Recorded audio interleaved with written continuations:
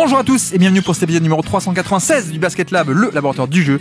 Et aujourd'hui, place au final de conférence Ouest 2025, la grande preview tactique de cet affrontement entre les Wolves et Timberwolves et le Oklahoma City Thunder. On va décortiquer tout ça, tous les enjeux tactiques de cette série. Et puis, comme d'habitude, pour soutenir le podcast, iTunes, Spotify, YouTube, petit like ou petites étoiles. Bienvenue dans le Basket Lab.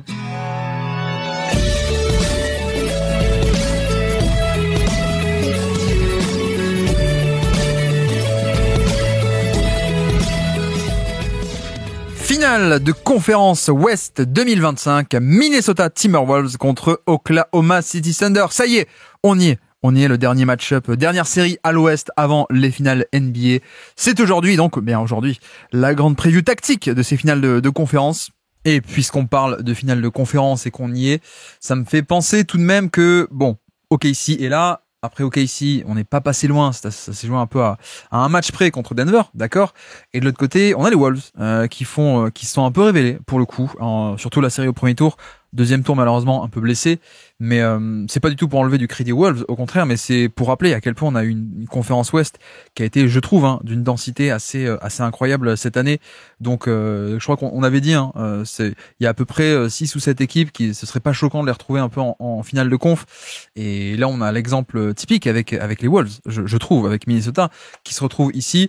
Bon, on n'a pas fait de podcast pour faire le bilan de la série d'avant contre les Warriors. Vous m'excuserez, mais effectivement, ça s'est assez vite plié. Il y a un match 1 qu'on avait décortiqué un peu en détail, victoire des Warriors sans Stephen Curry.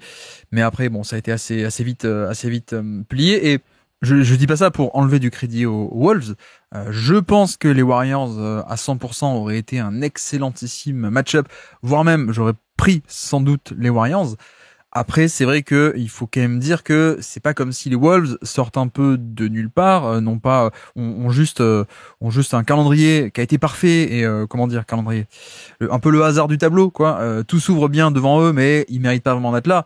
Non, encore une fois, je le répète, en SR, ils ont fini avec un top 5, 5e meilleur net rating de NBA. Donc c'est 5e meilleur différentiel attaque-défense de toute la NBA. Donc voilà, je pense qu'il y a quand même cette nuance par rapport aux demi-finales de conf de ok, on n'a pas vu Curry, donc on n'a pas vu les vrais Warriors, mais ça reste quand même une bonne équipe. Et même une très bonne équipe, mais bref, passons sur ça. Moi, ce qui m'intéresse d'autant plus dans cette série contre OKC, c'est qu'en réalité, on a un fit qui va être très très différent par rapport à la série d'avant, par rapport à Denver. On a même, d'un point de vue stylistique et opposition de manière de jouer, tactiquement, on a un peu un truc qui va être extrêmement différent pour OKC. Donc c'est là où la série pourrait être, je trouve, intéressante. Parce que ça va pas du tout être un bis repetita, au contraire. Donc voilà, un peu un point général sur la série. Je pense que OKC part favori. Mais, je reste un peu intrigué par le nombre d'atouts différents des Wolves. À voir après à quel point l'attaque des Wolves peut marcher, ça va être un peu ça le point de bascule. Mais c'est vrai que côté défensif, par exemple, j'ai aucun mal à voir les Wolves. Enfin, les Wolves ont plus d'atouts.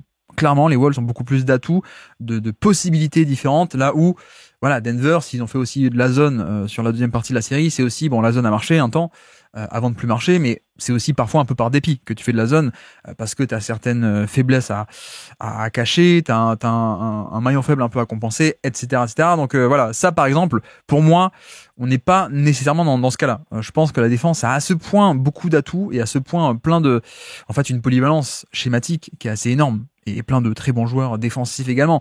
Donc le fit m'intrigue. Vraiment, le fit m'intrigue beaucoup et l'affrontement tactique m'intrigue beaucoup par rapport à OKC et par rapport à Minnesota. D'autant que là, je parle de la défense des Wolves, bien sûr, mais aussi le fait que l'attaque tourne quand même pas mal du tout. On a des playoffs où, Edwards, je trouve que toute la saison s'est quand même amélioré pas mal sur le passing et sur plein de trucs comme ça. Et vraiment, je commence vraiment bien à me chauffer sur lui pour le coup. Et même Randle fait des playoffs assez géniaux également. Il a été un punisseur de mismatch contre le switch hold des Lakers. Il a été aussi très bon face à Draymond Green. D'ailleurs, Draymond qui, pour une fois, quand il arrête de faire le pitre pour être embauché par ESPN et qu'il arrête de raconter des bêtises, il a très bien parlé de la série contre Randle. Il a expliqué en quoi, Randle, il m'a botté les fesses, quoi. C'est une des rares fois de ma carrière où j'ai l'impression d'avoir perdu le match-up. Il a mis des tirs compliqués que je voulais lui laisser, mais les amis, etc., etc. Donc, l'attaque des Wolves est pas mal, la défense est pas mal. Dites-moi, c'est peut-être pas quelqu'un sur lequel on aurait parié. D'ailleurs, c'est quelqu'un sur lequel très peu de personnes auraient parié pour arriver en finale de conf, les Wolves. Mais on n'est pas du tout sur une erreur de casting. Mais par exemple, hein, c'est vrai que bon, c'est un peu facile. Je pense que d'autres équipes, ils sont pas forcément bien meilleurs que plein d'autres équipes à l'Ouest, je trouve intrinsèquement. Mais c'est vrai que peut-être en un sens, c'est une des équipes les moins déséquilibrées. Par exemple, hein, je pense que notamment l'aspect offensif a calé côté Houston sur leur série. Bon, les Warriors, eux, à 100% auraient été un peu au-dessus du lot, mais bref, arrêtons de divaguer. On peut y aller directement. Excusez-moi, je me perds déjà. Donc, allons-y. Peut-être commençons cette grande preview tactique par l'attaque d'OKC, par la défense de Minnesota. Si vous voulez, on commence par là. Et c'est vrai que première chose à dire pour moi. Les Wolves, Minnesota est une défense d'élite au panier. Et non seulement c'est important parce que c'est complètement différent de Denver, la série d'avant, mais c'est même d'autant plus important, deuxièmement, par rapport à la force de OKC qui est de développer des drives. Alors, en termes notamment de tirs au panier, vous allez voir les tirs pour l'équipe en général, c'est pas une équipe qui collectivement prend des tonnes de tirs au panier. Donc ça peut être un peu trompeur, mais en fait j'en parle pourquoi ? Parce que c'est surtout la philosophie de l'attaque. C'est pas seulement la finalité des tirs, mais la manière d'initier l'attaque, ça passe par du drive. Ça passe par donc attaquer le panier. Et à partir de quand on arrive au panier, on prend pas forcément le tir, ça peut aussi faire des kick-out pour des 3 points, pour des catch and shoot, etc., etc. Donc voilà. Ça, c'est à noter. Et puis, pareil, l'aspect de, en face, on a quand même le meilleur driver de NBA qui s'appelle Shai Gilgeous-Alexander et que ça rassure d'avoir quand même une défense qui est capable d'être élite au panier en termes de fréquence, en termes d'efficacité autorisée au panier. Voilà, je vais pas besoin de détailler, mais il y a un peu un côté parfait par rapport au combo premier rideau et deuxième rideau. C'est-à-dire par rapport à SGA, par rapport à des drives, et SGA ou Jalen Williams, on va le développer aussi, mais il y a un côté génial des Wolves qui en faisait, alors on en parlait beaucoup plus l'an passé que cette année, parce que l'an passé il y avait un peu plus un effet narratif, bonne surprise, etc. Mais on l'avait déjà dit, il y a un peu le combo parfait de la première ligne est génial, le premier rideau, les Ant, les McDaniels, les Alexander Walker, les DiVincenzo d'ailleurs. Fun fact, hein. Nickel Alexander Walker, c'est le cousin de SGA, vous le savez ça? Bon bref, le fun fact que tout le monde est saoulé d'entendre encore et encore.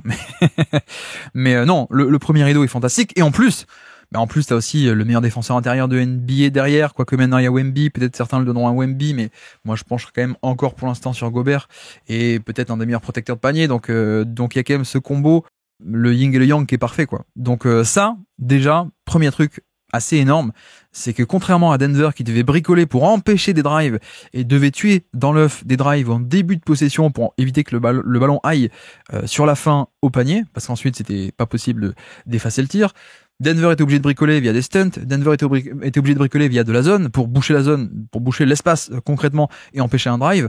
Là, je pense que c'est une physionomie de série qui va être différente. Je pense que on peut, Minnesota, hein, pour faire un peu une analogie, a un peu plus peut-être les moyens de se la jouer, comment dire, non pas un contre un, mais de rendre le coup par coup, quoi. On n'est pas obligé d'essayer de contourner le problème. Donc ouais, ça c'est assez important quand on parle forcément de comment gérer l'attaque de OKC qui va vouloir attaquer et développer du drive. Donc évidemment, et d'ailleurs, ça me fait penser directement à ça, la question des match-up et surtout du match-up par rapport à Gobert.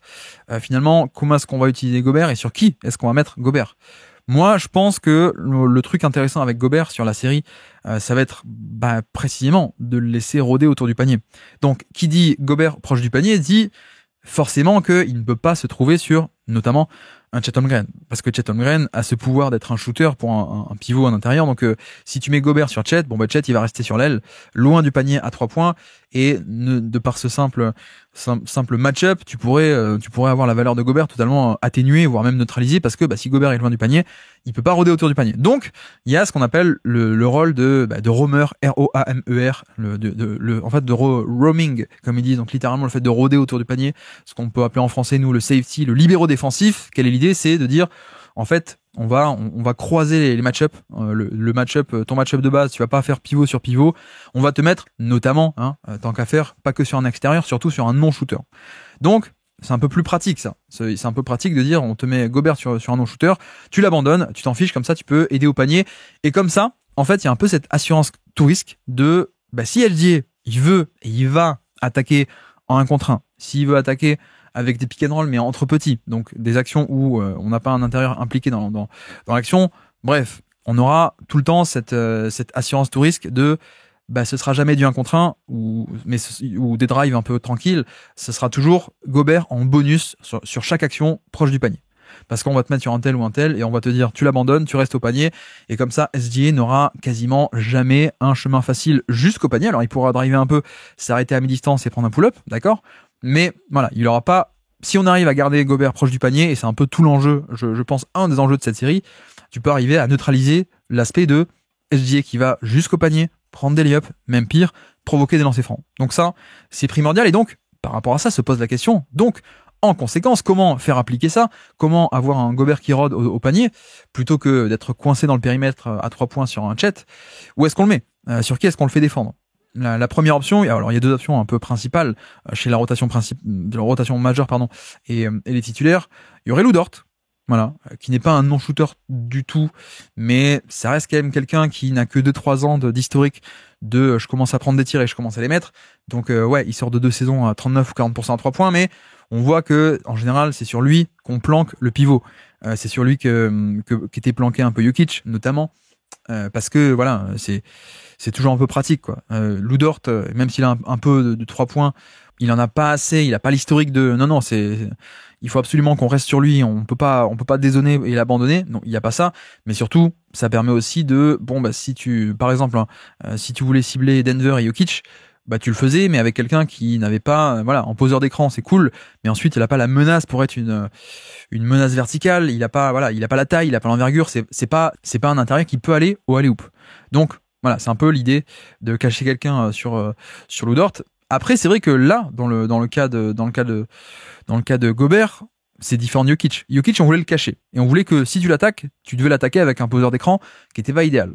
Là, c'est pas pareil. Là, si on le met sur Lou Dort, il y a quand même la possibilité que Mark Daniels dise non, on fait des pick and roll avec Lou Dort et grosso modo, dans les faits, le Gobert, tu te retrouves loin du panier.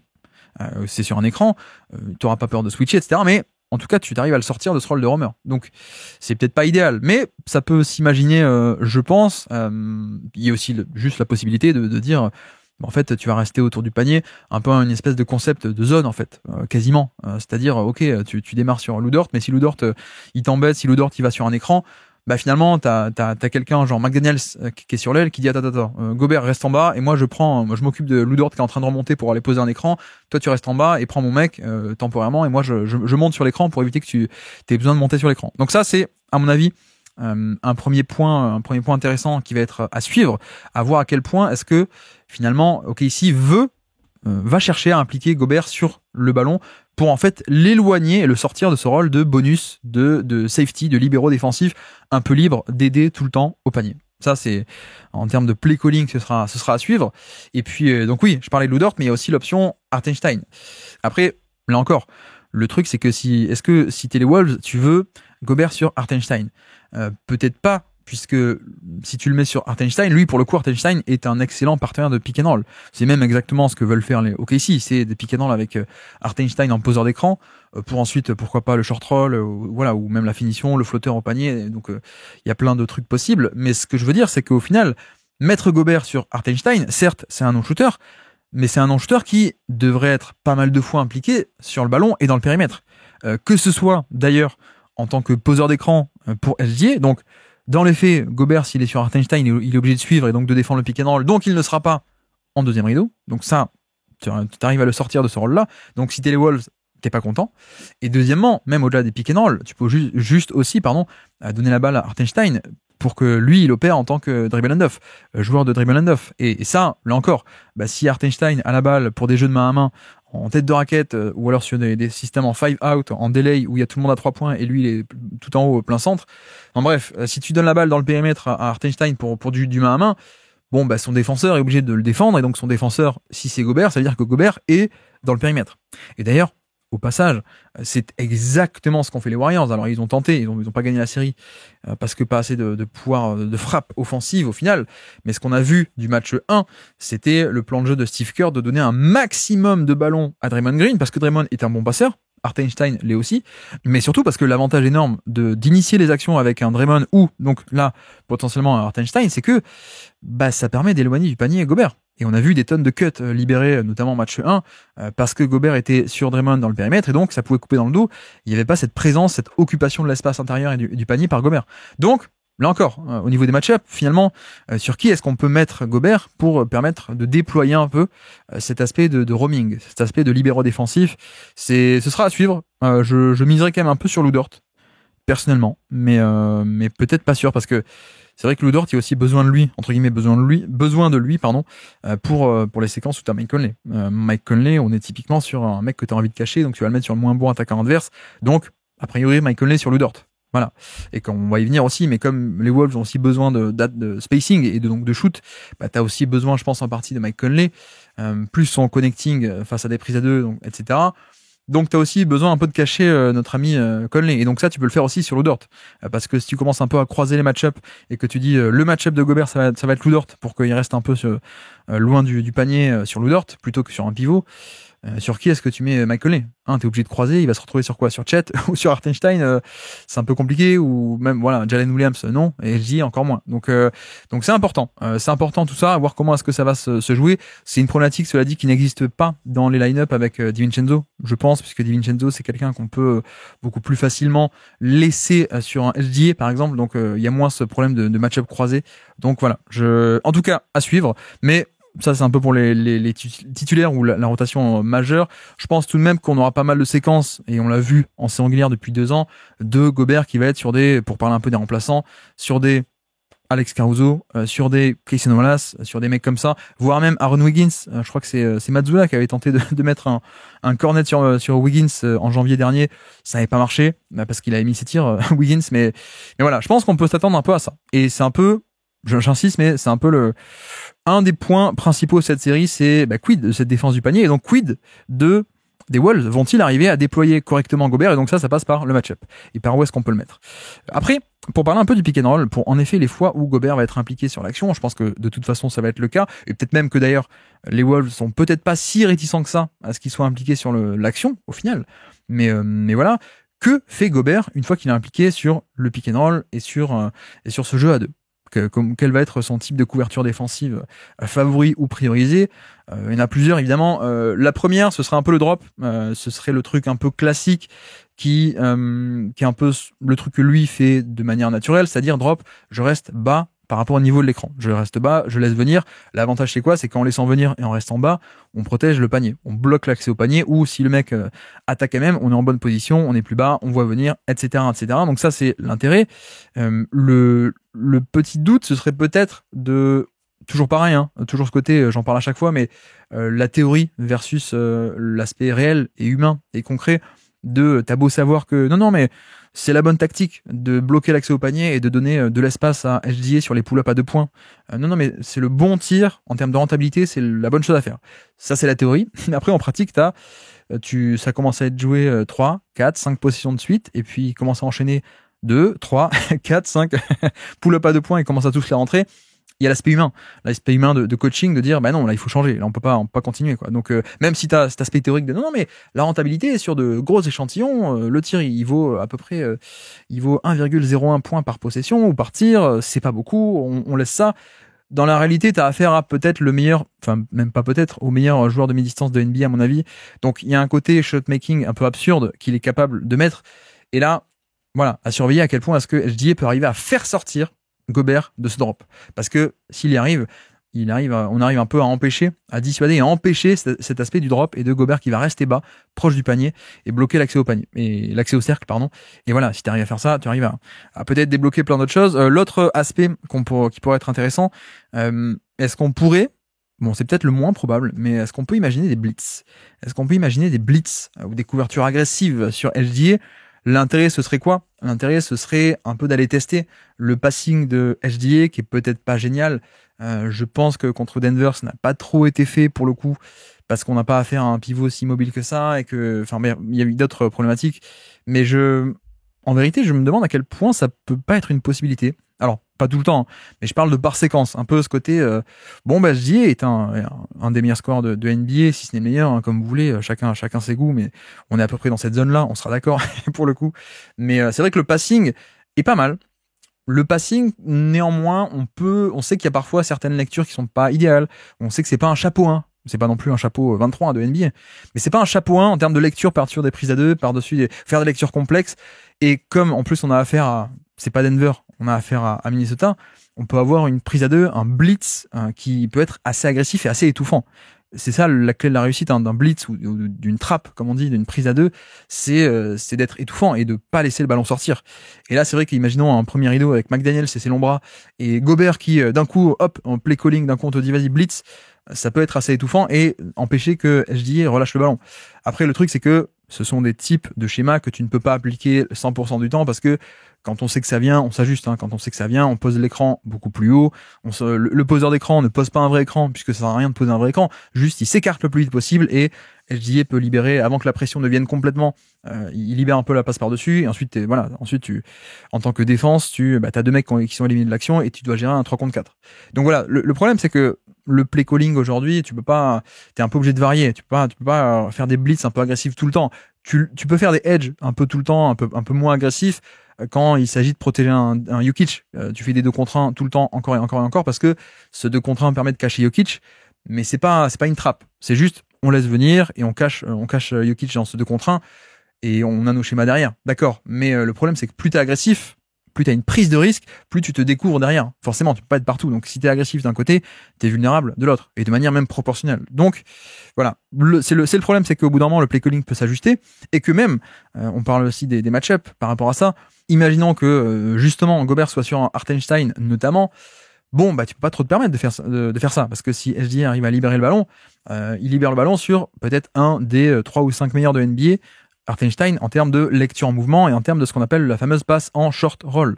Le roll où justement je roule pas au panier, je roll juste avant, le short roll, le roll un peu court quoi, proche du ballon et du porteur de balle. Je prends la balle et je dois gérer le 4 contre 3. Voilà, ça t'as pas envie de débloquer ça en fait. Et le problème des blitz, c'est que ça peut débloquer ça. Donc attention, et pareil, si par malheur tu te retrouves bloqué sur un Chet Holmgren, est-ce que tu veux faire un blitz alors que Chet il peut s'écarter pour le pick and pop assez facilement et que t'as une option de passe relativement courte et relativement facile pour punir ça.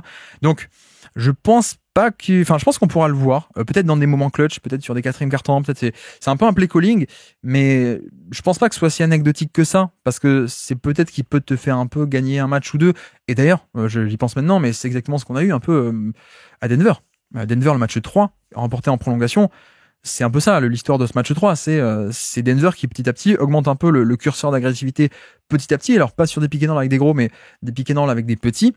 Et même en termes de prise à deux, le curseur est de plus en plus augmenté sur ce match 3 et c'est le match où SGA fait pas les bonnes lectures, il fait moins de 20 points sur le match, il est pas bon et ça perd. Donc voilà, c'est une carte à jouer et une carte intéressante pour les Wolves, mais je pense qu'on va plutôt essayer de tenter de rester en drop. Mais sinon, il y a quand même l'option du switch. Faut pas oublier que les Wolves, désormais, sont beaucoup plus à l'aise pour faire un switch quasiment all, beaucoup plus que l'an passé, où, on l'a déjà dit, mais l'an passé, il y avait Towns, qui était un élément avec lequel tu ne pouvais pas switcher, pas tout. Donc, t'étais obligé un peu de le protéger via un edge and recover. Bref, et là cette année avec Randle, structurellement t'as une équipe un peu différente, donc tu peux te permettre de switcher beaucoup plus.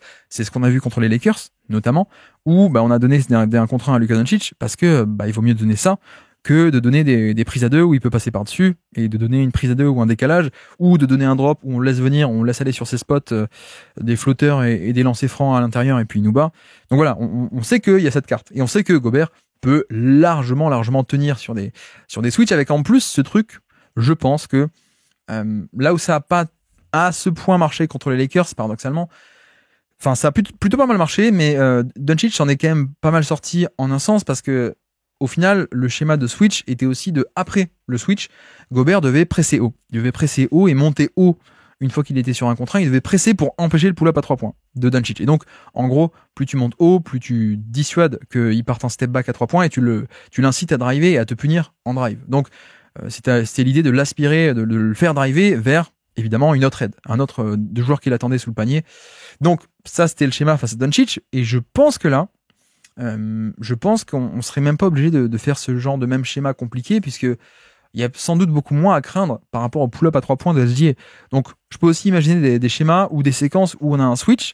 Et en plus, Gobert peut se permettre de même pas presser haut, de juste, je reste un peu à bonne distance je sais qu'il va essayer de tenter de driver.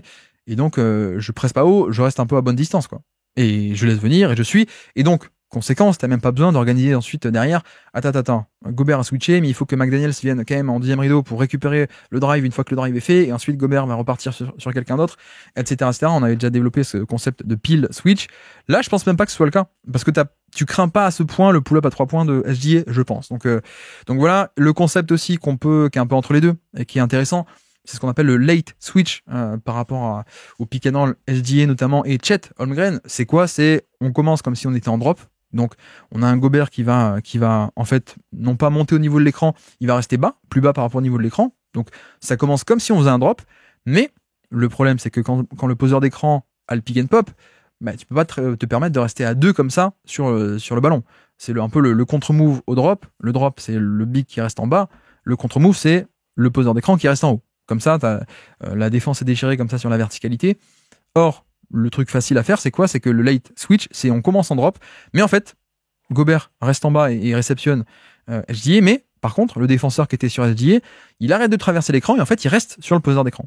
Et donc, il y a un peu ce côté où t'as l'avantage du drop de rester bas, de pas monter au niveau de l'écran et donc de pas te faire déborder. Donc, c'est comme un drop, sauf qu'à la fin, ça se transforme de manière assez tardive, donc un late switch, ça se transforme en un switch et donc le pick and pop est couvert également. Et puis ça fait perdre du temps.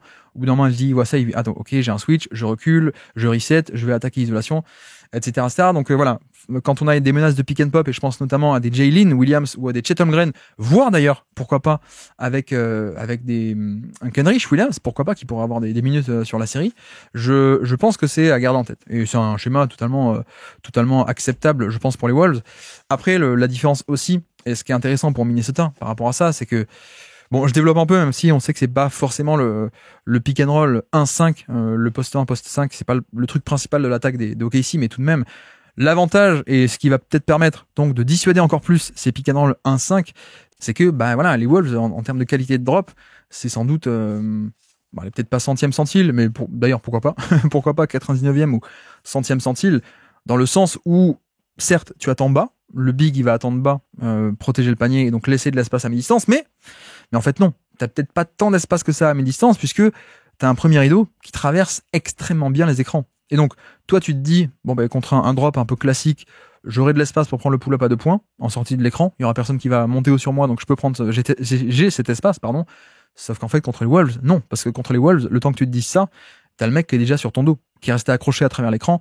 McDaniels, notamment, qui est un des meilleurs navigateurs d'écran de NBA, avec ses longs bras, etc., etc. Donc ça change tout. Ça change tout et ça peut tout changer.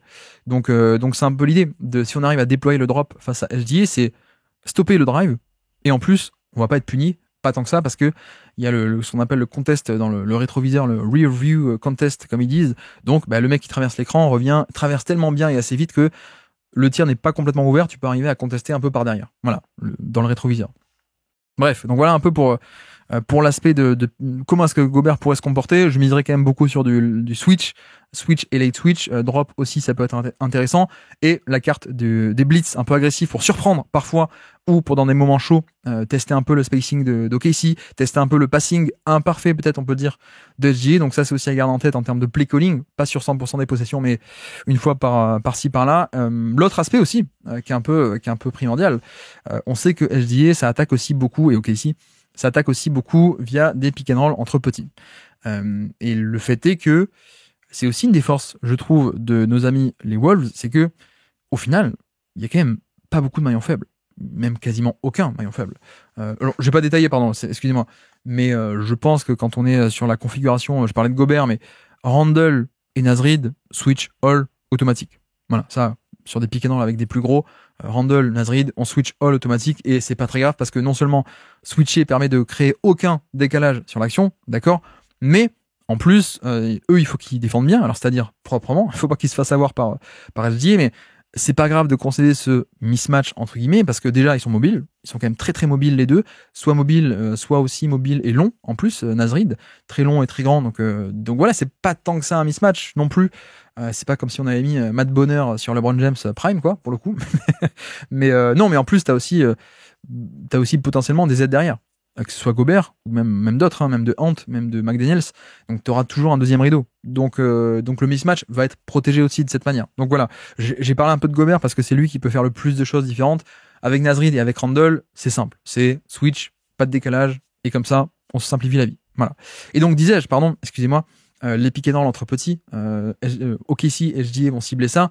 Bah le fait est qu'il y a que Mike Conley en fait, hein, qui est un peu friable, un peu fragile, un peu vulnérable, pardon, je ne trouve plus mes mots. C'est un peu le seul qui clairement peut se faire cibler encore et encore et peut vraiment être un handicap pour la défense, en ce sens que, bah comme d'hab, hein, Mike Conley tu le fais pas switcher sur SGA. Donc il va faire quoi? Il va faire un edge and recover, mais le temps de edge et avant qu'il puisse recover, bah son mec est déjà parti quoi. Donc le poseur d'écran est déjà parti. Donc voilà, c'est le principe, hein. Quand tu fais pas un switch, tu concèdes forcément un décalage quelque part, et c'est là qu'il faut surveiller sur qui défend Mike Conley. C'est aussi la clé. Toi en tant que Wolves, tu peux choisir quel va être qui peut te punir. Et idéalement, tu mets Mike Conley sur un attaquant qui est pas bon. Alors que si tu le mets sur un Isaiah Joe par exemple, bon bah Isaiah Joe s'il part directement en pick and pop, bah t'es un peu mal quoi.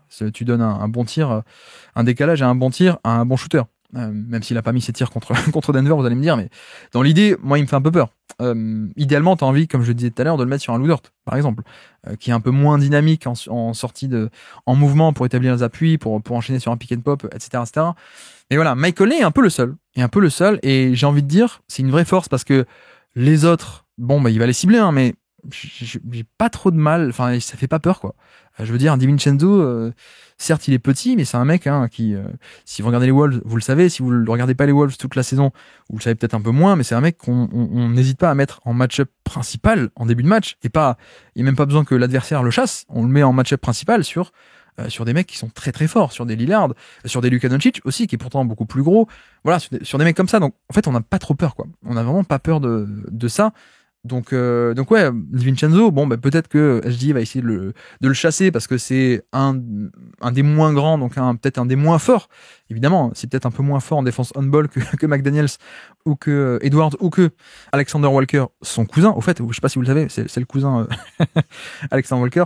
Mais voilà, c'est franchement, tu survis quoi. En tout cas, t'es pas en panique totale, je pense. Et même je pense que tu peux te faciliter la vie avec le simple fait que bah DiVincenzo il peut switcher s'il est pas sur SGA de base et qu'on le fait venir sur l'action pour le cibler, bah tu switches, et certes c'est même pas un mismatch, mais en plus aucun décalage sur le pick and roll qui a été concédé, donc c'est génial quoi. Donc bref, il y a un peu cet aspect là, et j'en parle parce que bon, Mike Conley il peut faire du bien, il peut faire beaucoup de bien à l'attaque de par son shoot et de par ses qualités de connecteur, donc un peu le connecteur, le milieu de la chaîne, faire le lien entre la création et la finition, la fin de l'action.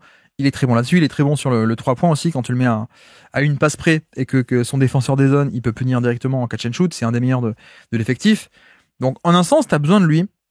Dans un autre sens, je me dis que cette saison, t'as peut-être pas à ce point besoin de lui. Et pour le reformuler, si en effet il devient trop problématique et que OKC passe beaucoup trop par lui et que ça devient trop handicapant, je pense qu'il y a la possibilité de dire bon on le fait pas jouer, on s'en passe, et c'est pas si grave que ça. On parle pas du Mike Conley qui était un peu dépositaire du jeu à l'époque au Jazz ou même avant Memphis, etc.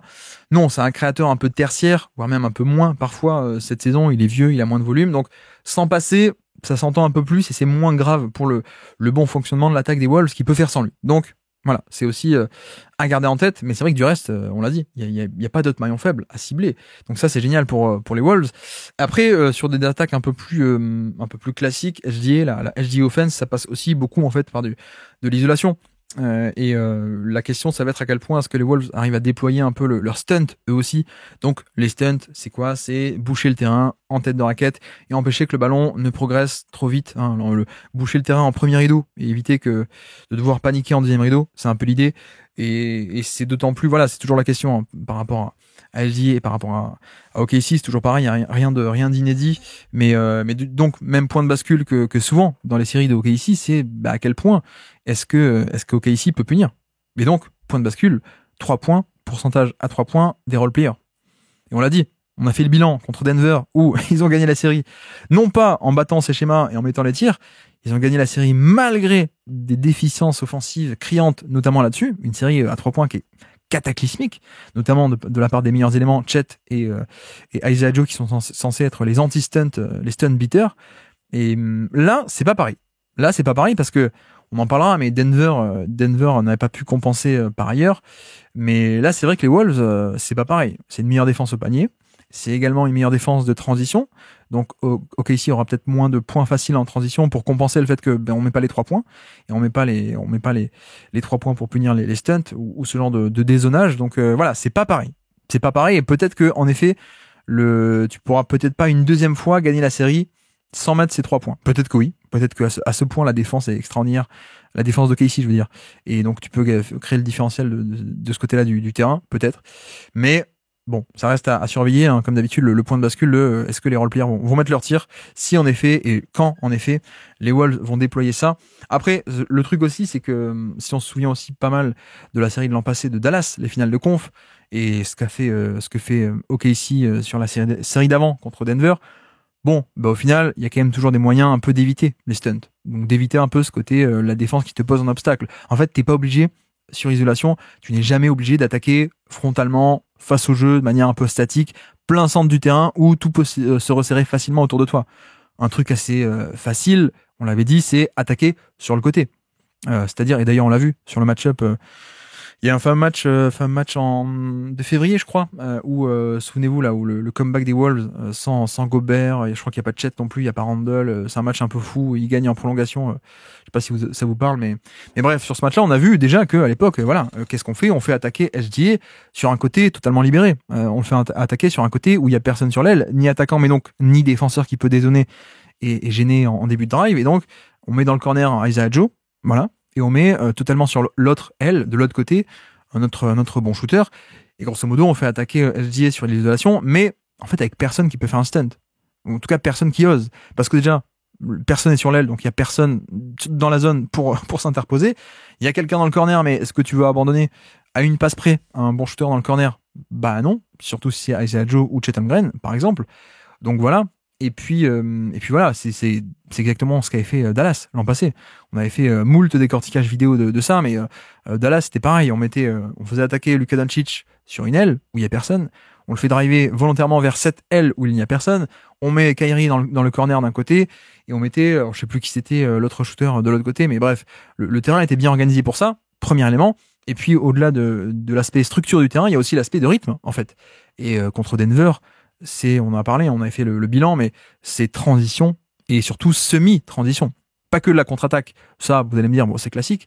Mais pour SGA, le secret, ça a été d'attaquer en semi-transition, donc avant que la défense se mette totalement en place. Et avant que, précisément, les stunts peuvent se déployer parce qu'on est face au jeu, on voit le ballon arriver, on est prêt, c'est du jeu posé, du jeu ralenti. Non, là, SGA et OKC attaquer, je vais dire une bêtise, mais pour que vous voyez un peu, non pas à la 14e seconde des 24, mais à la 19e ou à la 18e. Et donc, t'avais encore le mec qui était en train de revenir sur l'aile, le mec qui était pas encore face au jeu, etc., etc. Et donc, en fait, c'est un moyen, et c'est comme ça que SGA a fait une série fabuleuse, malgré les schémas défensifs de jeu posé qui ont bien marché.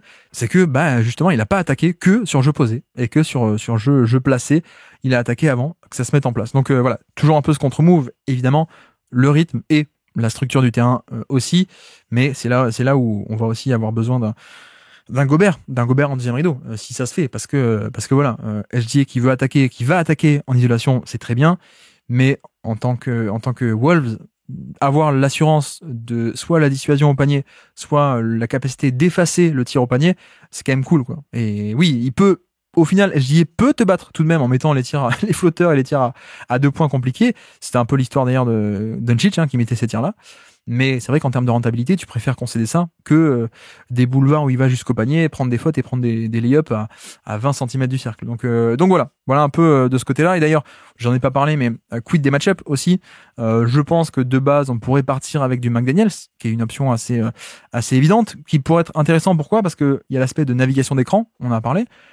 il y a l'aspect de longueur de bras aussi. On sait à quel point SGA arrive à battre ses adversaires avec notamment autour du panier pour aller au panier, mais aussi en finition, de par son atout fantastique de longueur de bras. SGA, il a des bras, une envergure qui est extraordinaire par rapport au poste de meneur de jeu. On voyait déjà des flashs de ça d'ailleurs à la fac à Kentucky où c'était pas un bon driver du tout, mais même quand il était en mauvaise position avec ses bras de, je crois que 7-1, 7-2, je sais plus, enfin un truc absurde hein, en termes d'envergure.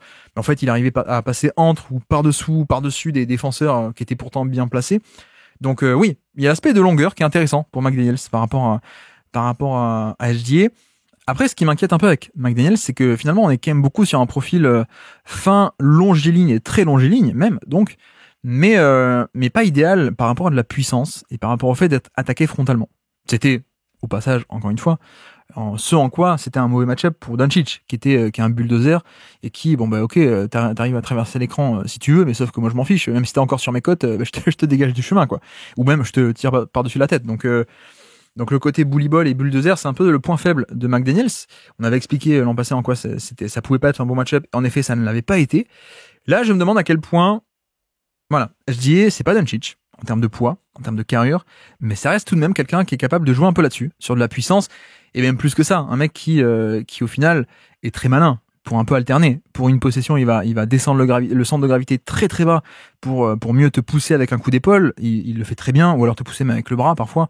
Est-ce que c'est légal ou pas? Je ne sais pas, je crois pas, mais en tout cas il le fait parfois et il le fait bien. Mais donc ça, une possession, et puis la possession d'après, tu te dis oh là là, il faut bien que je m'ancre au sol pour résister au contact. Et la possession d'après, où toi t'es un peu trop non pas agressif, mais tu tiens ton territoire, il va t'effleurer et tomber. Et comme toi t'étais en mode costaud, tenir le territoire, et les arbitres ils vont croire que t'as fait faute, tu l'as poussé et donc voilà, ça fait faute et lancé quoi. Donc là-dessus, c'est ça en quoi je dis aussi très malin. C'est un peu ce double jeu finalement d'alterner entre méga puissance et quand du coup tu veux t'ajuster et toi-même être costaud et puissant, bah lui dès qu'ensuite il t'effleure, il tombe et ça fait faute quoi. Donc c'est très malin. C'est peut-être un peu frustrant, mais je pense que ça peut être un peu, peut-être pas idéal. J'aime bien la longueur, mais quid de ça? Quid de ce côté puissance parfois de juste SG qui va lui rentrer dedans, qui va lui rentrer dans les côtes, le bouger, le faire un peu bouger, ou donc arriver à provoquer pas mal de fautes également. Et donc l'autre match-up qui est intéressant, c'est Anthony Edwards, qu'on avait d'ailleurs vu sur des match-up de SR. On a vu que Minnesota mettait plutôt Ant parfois sur SGA en premier rideau. L'avantage c'est quoi? C'est que lui est également assez long, mais surtout beaucoup plus costaud pour le coup, Edwards. Donc voilà, c'est quand même une opposition et un aspect de pas seulement coulisser, mais arriver à stopper, offrir une résistance au contact et hop, arrêter le drive. Donc c'est intéressant. Après, le truc c'est que à quel point tu as envie d'avoir Ant sur SGA, dans le sens évidemment problème de faute par rapport à ça. Autant c'est problématique d'avoir McDaniels qui sur un match est en problème de faute, autant Edwards c'est pas juste problématique, ça devient presque suicidaire quoi.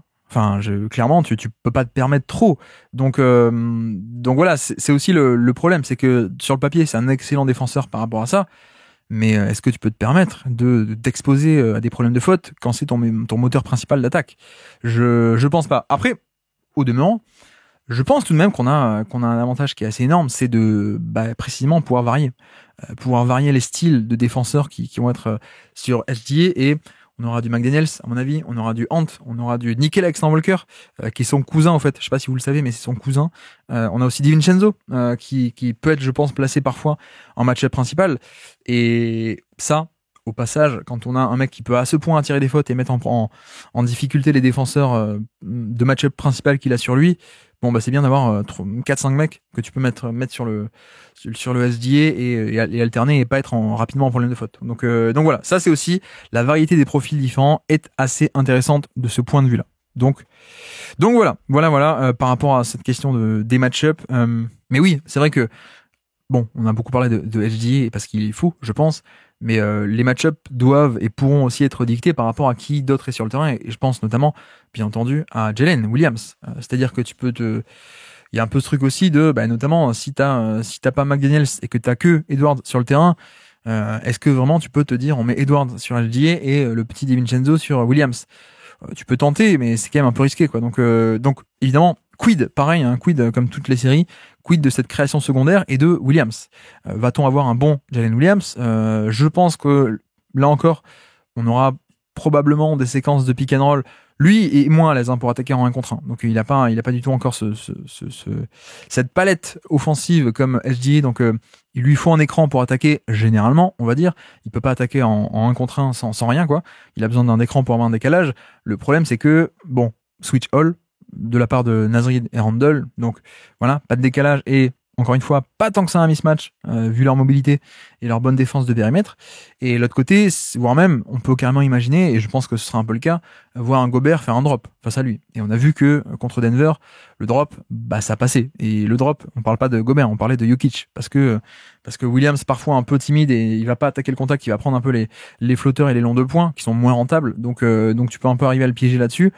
Au demeurant, je pense aussi que c'est intéressant, et ce qui est intéressant, c'est de voir et de développer peut-être un peu plus le jeu à 2 classique de la saison régulière qu'on n'a pas vu contre Denver, pas tant que ça. Et par là, j'entends un peu le duo avec Hartenstein, mais surtout donc avec Hartenstein qui a la balle et qui est sur ses jeux de main à main, et donc avec un Williams qui lui tourne autour. Et donc pas que un peu singularisé et pas que avoir du Williams, soit t'existes balle en main, soit sinon t'existes en off-ball. Là, on a aussi cette possibilité un peu de retomber sur la création de jeux à 2 avec Hartenstein en passeur et un mec qui lui tourne autour notamment. Donc c'est un set de problèmes un peu différents. D'autant plus, on l'a déjà dit, on va pas le redire, on va pas le réexpliquer en tout cas, que si en plus Gobert est sur Hartenstein, tu as tout intérêt à l'utiliser avec la balle, comme ça éloigne du panier notre ami Gobert. Donc voilà, mais bon, pas besoin de développer encore, hein, c'est un point de bascule à surveiller.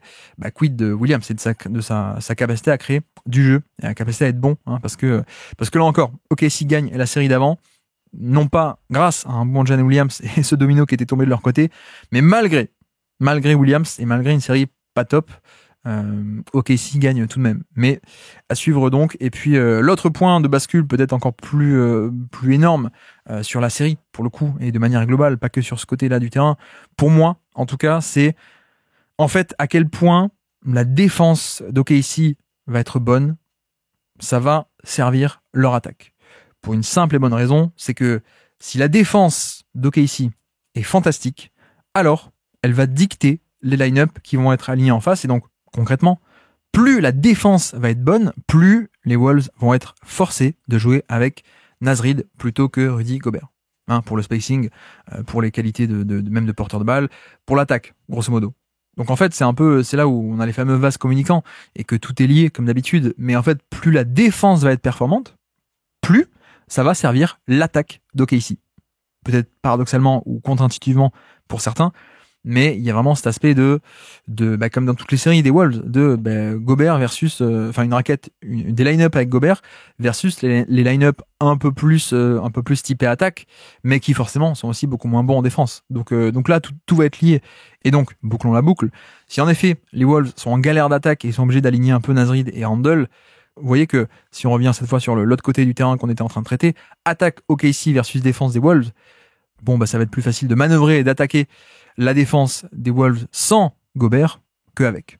Voilà, c'est schématiquement, il y aura du switch all. Là-dessus, il n'y a pas trop de problème, mais c'est un switch all. Tout switch mérite d'être protégé. Or, si t'as pas Gobert, le switch est quand même moins protégé en deuxième rideau. Donc, le point de bascule central, principal, primordial, tous les adjectifs en hall que vous voulez, si vous voulez. Mais non, c'est ce duel, et c'est à quel point la défense de Casey va être bonne pour dicter les line-up, et on peut le reformuler dans le prisme des Wolves, finalement, quid de leur attaque, à quel point leur attaque aura besoin nécessairement pour exister, et d'un point de vue vital, aura besoin de line-up offensif versus défensif. C'est un truc à suivre. Par ailleurs, on a beaucoup parlé de tactique, un peu, on va dézoomer pour un aspect un peu plus macro aussi, deux points intéressants à surveiller pour la série. Je vous dis pas ça va se passer comme ça, je dis attention à surveiller de quel côté ça va basculer pour voir justement et pour comprendre ensuite comment est-ce que ça pourrait basculer. Mais 2 points et 2 différences surtout. 2 différences par rapport à Denver. La défense en transition des Wolves, ce n'est pas la défense en transition des Nuggets. C'est un peu ce qu'on a vu. On avait développé l'aspect de le jeu des possessions en détail dans le bilan tactique si ça vous intéresse, mais grosso modo, je résume en 2 mots. OKC a gagné ce jeu des possessions en plus du demi-terrain. Il y a aussi le fait que OKC a été génial, a gagné un peu le côté rentabilité, jeu des possessions, donc plus de tirs, plus de possessions, plus de cartouches que l'adversaire pour scorer et pour empêcher l'autre de scorer. Et donc le rebond, les turnovers, la transition aussi Et clairement, non seulement la défense d'OKC avait limité la transition offensive de Denver, mais surtout, l'attaque d'OKC était partie beaucoup en contre-attaque et mettre beaucoup de points faciles. Donc, en dehors de ce duel de demi-terrain, ils avaient aussi gratté beaucoup de points faciles en contre-attaque. Aussi pourquoi ? Parce que Denver était cata. Et Denver a toujours été cata en termes de repli défensif. En tout cas, toujours. Quand je dis toujours, c'est cette année. C'est pas les années d'avant, mais cette année ils sont pas bons. Et c'est ce qui leur a un peu coûté la série, je pense en partie. C'est ce côté où OKC a pu avoir des points faciles là-dessus, et que eux étaient en échec total. Ils n'ont pas pu limiter ça. J'en parle d'autant plus que là c'est pas le cas. Hein. Là, on n'a pas affaire à la 30e défense de transition sur 30. On a affaire à une équipe qui est top 10. Top 10 en fréquence de contre-attaque concédée et top 10 en efficacité même. Donc, la qualité du repli va pas être la même. Et donc, notamment, j'en ai parlé tout à l'heure, mais même, parlons pas de la contre-attaque un peu 2 contre 0, 2 contre 1, etc., mais même sur de la semi-transition. Les fameuses séquences où SGA, de par le rythme, de par le moment où tu attaquais avant que ça puisse le terrain puisse être quadrillé pour te poser des obstacles. Peut-être à suivre, hein, à quel point est-ce que les Wolves vont arriver à empêcher ça? À quel point est-ce que les Wolves vont pas juste arriver à boucher les espaces, à revenir plus vite et à empêcher ça? Donc là, il y a une bataille intéressante à suivre et je pense qu'on la suivra et on en parlera quand on fera le bilan de cette série d'ici, j'espère, 7 matchs, pour notre plus grand plaisir. Mais à mon avis, il y a un truc qui peut se jouer ici par rapport aux points, les fameux points à la marge, la bataille des marges. Quid de cette défense des Wolves de transition versus l'attaque de transition d'OKC, premièrement. Et c'est un peu lié, mais aussi quid de la bataille des turnovers. Puisque ça aussi, non seulement le repli défensif de Denver était pas bon, et n'a jamais été bon, mais en plus c'est une défense Denver qui ne crée pas beaucoup de turnovers. C'est pas une défense qui est bâtie comme ça, c'est une défense qui fait des bonnes rotations en deuxième rideau, etc. Mais c'est pas une défense qui va créer beaucoup de turnovers. Or, en l'occurrence, OKC est l'attaque la plus propre de NBA, une attaque qui fait très peu de déchets, très peu de pertes de balles. C'est vraiment la meilleure de NBA.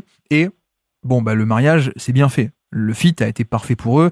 Et grosso modo, la série s'était déroulée un peu comme on aurait pu le prédire ou comme on aurait pu s'y attendre. C'est-à-dire que Denver n'a pas créé de pertes de balles et donc énorme réussite. Énorme gain sur ce jeu des possessions, cette rentabilité, juste la bataille qui a le plus de cartouches que l'autre. Voilà, ça c'était fantastique. Et quand en plus c'était aggravé par le fait que, c'était aussi aggravé, par le fait que OKC de l'autre côté, eux, en créaient beaucoup des pertes de balles. Donc il y avait un différentiel qui était énorme sur cette bataille-là. OKC perdait peu de ballons, donc ils gardaient leur possession. Et de l'autre côté, ils arrivaient à créer un manque à gagner pour Denver parce que ils en piquaient beaucoup des possessions. Donc c'était parfait. Là, encore une fois, on a cette question de les Wolves, c'est pas pareil. Les Wolves, c'est pas Denver. Petit bonhomme, c'est pas Zizou. Et en effet, les Wolves, en termes de création de turnover, là encore, on parle d'une équipe qui est top 10. On parle d'une équipe qui est élite. Et encore top 10, c'est cette saison. Mais c'est une équipe qui, en fait, depuis 2022, depuis qu'il y a Chris Finch, ils ont fait 2e, 5e. Donc cette année, 9e, un peu moins bon. Mais ils ont un peu ça en eux, quoi. Je pense que quand on parle un peu d'équipes qui sont des playmakers défensifs, une équipe qui défensivement peut augmenter le curseur, un peu mettre de la pression et créer des pertes de balles, générer des turnovers adverses, je pense que les Wolves sont pour moi dans les 4-5 équipes auxquelles je pense un peu immédiatement. Donc là c'est intéressant. Et c'est un peu plus intéressant que OKC part vite en contre-attaque et mince, Denver est assez mauvais. Ah tiens, ça s'est réglé que OKC a gagné. Plus intéressant aussi que OKC perd peu de ballons et Denver crée peu de pertes de balles. Ah tiens, OKC a encore gagné ce duel. Non. Là, c'est pas pareil. Là, il y a un truc à suivre.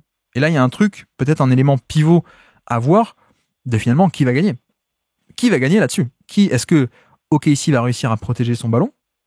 Et donc à limiter les déchets, à limiter un manque à gagner en termes de possession, de tir, de points, ou est-ce que le duel va être remporté par les Wolves qui vont, eux, arriver à imposer ça, à créer des pertes de balles, et donc à récupérer de la valeur, à gratter de la valeur, comme ça, et affaiblir l'attaque d'OKC de cette manière également.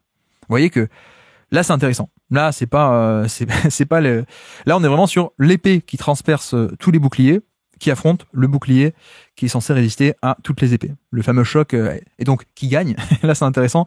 Et c'est pas le choc de la série d'avant où il y a certains domaines du jeu, on était plutôt en mode c'est l'épée qui transperce tout face au bouclier qui est en carton, quoi. Donc un peu plus intéressant et un peu plus primordial à suivre, puisque c'est un point de bascule intéressant de ce côté-là du terrain, en effet, d'un point de vue macro, tactique, sur ces finales de conf 2025.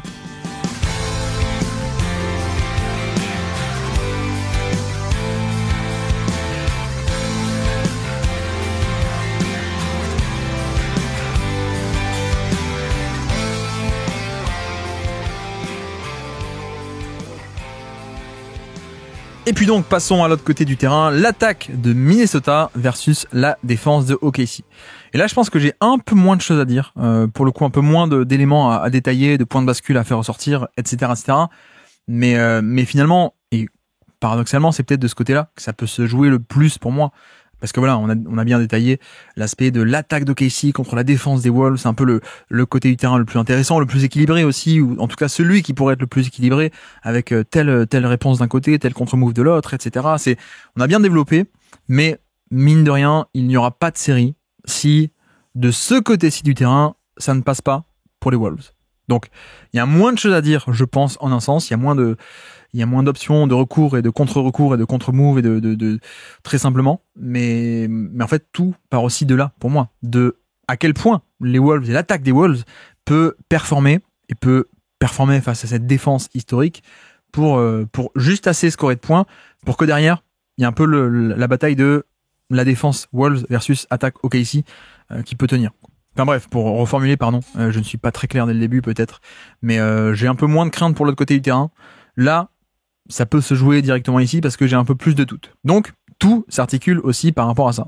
Les Wolves peuvent-ils scorer suffisamment de points pour rendre la série intéressante ? Parce que je pense qu'on peut aussi se retrouver très rapidement d'ici 5 matchs. Ils auront perdu la série, mais si on ne décortique que les possessions de genre attaque OKC versus défense Wolves, je pense qu'on peut faire un décortiquage de 5 heures hyper intéressant, d'un truc assez équilibré. De même, pourquoi pas les Wolves qui gagnent un peu cette bataille-là, cette guerre-là.